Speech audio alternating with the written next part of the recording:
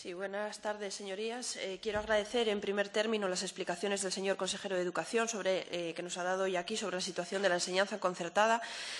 asturiana, la cual ha hecho de manera pormenorizada, y también quiero agradecer las explicaciones del director general. Estamos totalmente de acuerdo con el señor consejero en que las dos redes que integran el sistema educativo, tanto la pública como la privada concertada, deben de trabajar de manera coordinada y armónica para la consecución de los objetivos globales del sistema, pero siempre siendo conscientes de que el eje fundamental del sistema educativo asturiano es la enseñanza pública. El descenso generalizado de la población repercute tanto en la enseñanza pública como en la concertada, suponiendo un descenso de alumnos en ambas y, por tanto, un descenso a su vez del número de unidades. En educación infantil y primaria, casi el 72% del alumnado acude a la enseñanza pública, mientras el 28,45% lo hace en la concertada. En el caso de secundaria y bachillerato, casi el 74% estudia en la escuela pública y el 26% en la concertada. Como cada año, la libertad de elección de centro es absolutamente respetada y solo condiciona el acceso a los centros solicitados el número de plazas disponibles.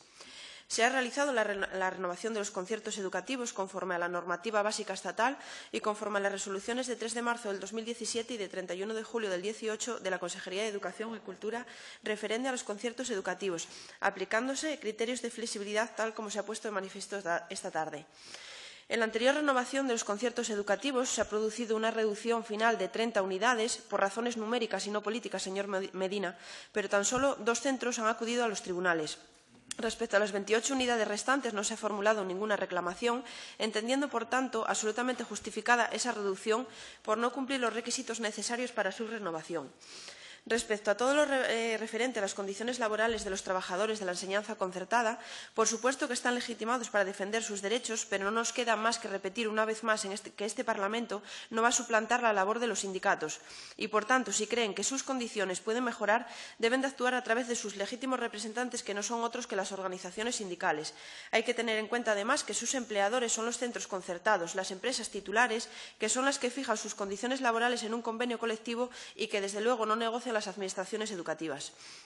Por lo que se refiere a la inversión en ambas enseñanzas, tenemos que partir de la premisa que no son para nada comparables, partiendo de que la enseñanza pública es la única que garantiza la escolaridad gratuita y que está presente en 73 de los 78 concejos, frente a la presencia de la concertada en tan solo 20 concejos y casi todos en la zona centro. Basta recordar, como antes decía el señor director general, que solo la enseñanza pública puede invertir y asegurar una plaza escolar en una escuela rural con 4 alumnos y más profesores que alumnos, y eso ya debe de explicar por sí que esta inversión no es equiparable.